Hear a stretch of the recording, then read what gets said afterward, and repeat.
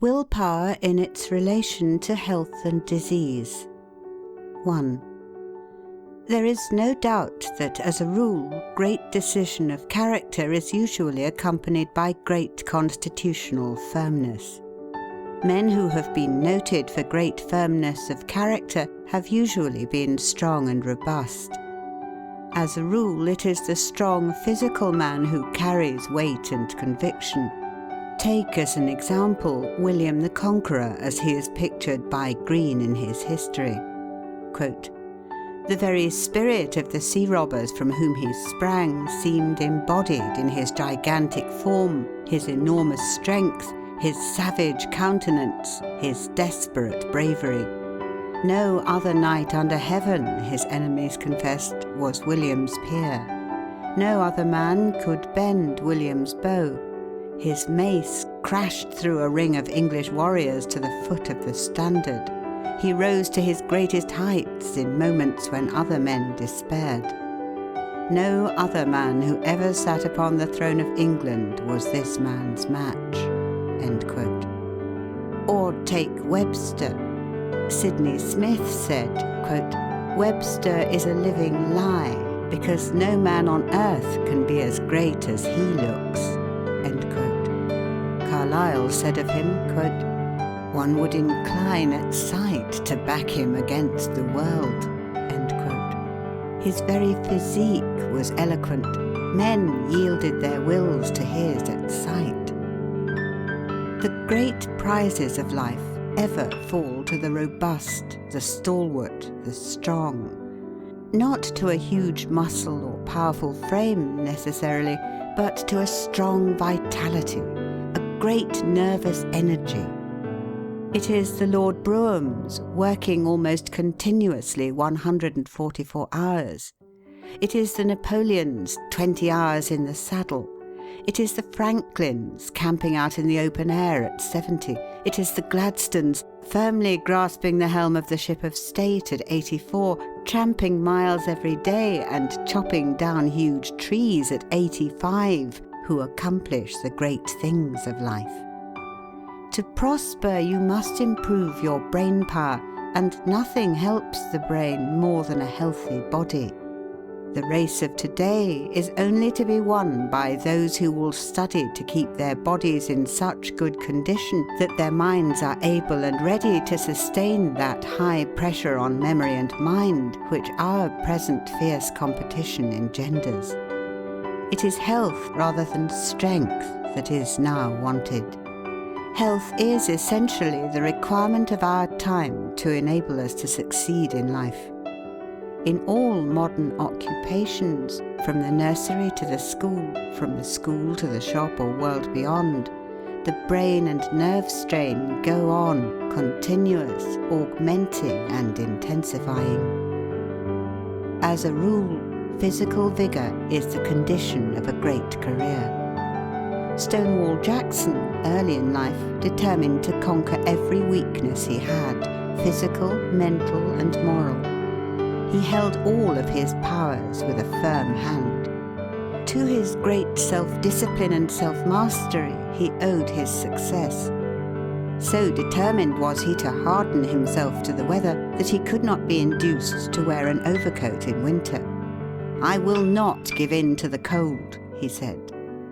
For a year, on account of dyspepsia, he lived on buttermilk and stale bread, and wore a wet shirt next his body because his doctor advised it, although everybody else ridiculed the idea.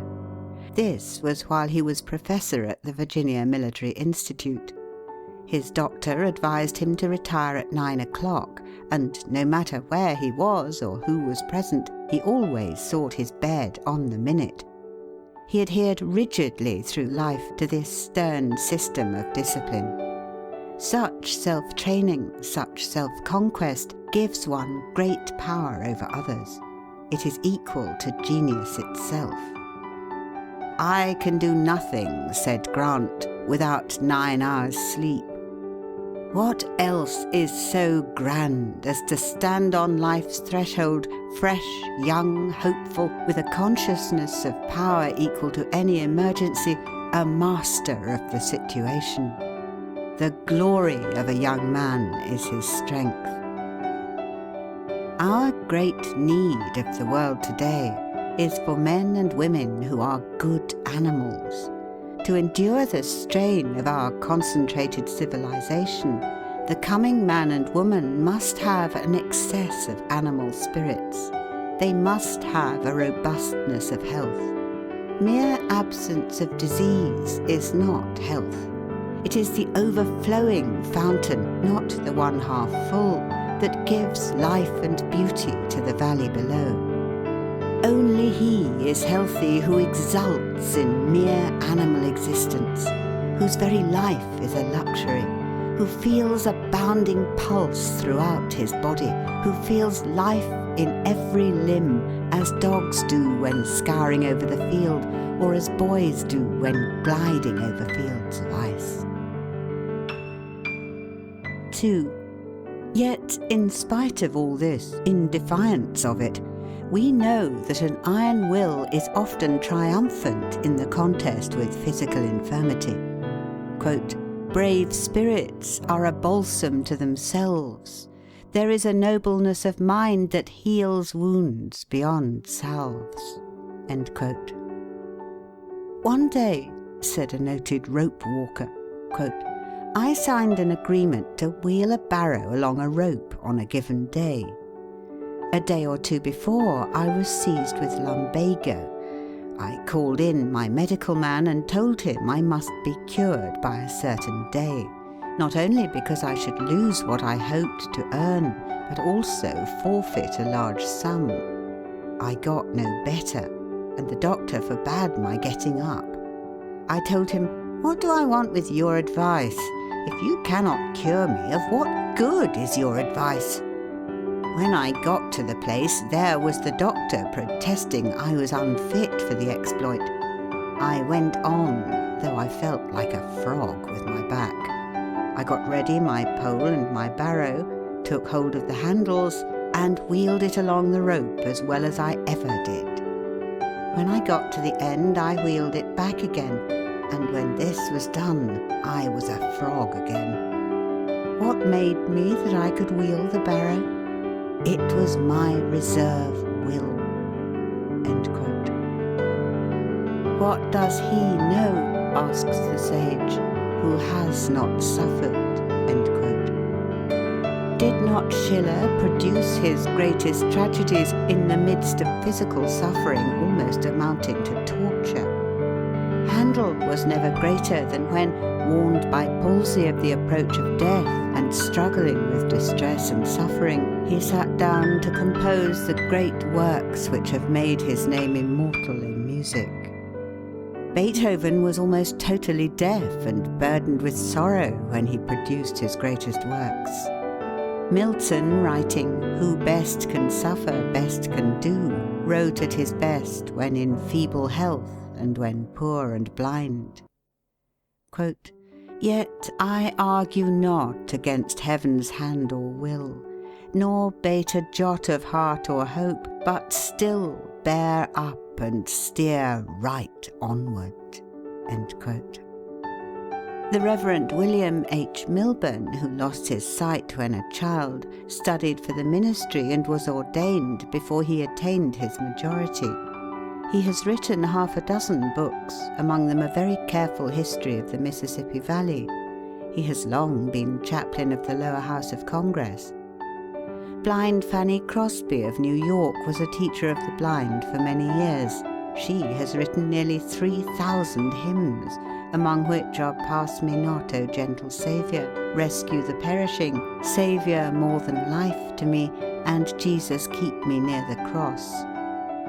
"The truest help we can render one who is afflicted," said Bishop Brooks, quote, "is not to take his burden from him, but to call out his best energy, that he may be able to bear." End quote. What a mighty will Darwin had! He was in continual ill health. He was in constant suffering. His patience was marvellous. No one but his wife knew what he endured. For 40 years, says his son, quote, "he never knew one day of health." End quote.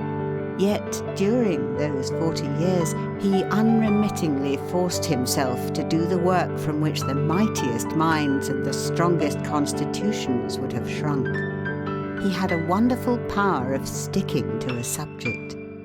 He used almost to apologize for his patients, saying that he could not bear to be beaten, as if it were a sign of weakness. Bulwer advises us to refuse to be ill, never to tell people we are ill, never to own it ourselves. Illness is one of those things which a man should resist on principle. Do not dwell upon your ailments, nor study your symptoms. Never allow yourself to be convinced that you are not complete master of yourself.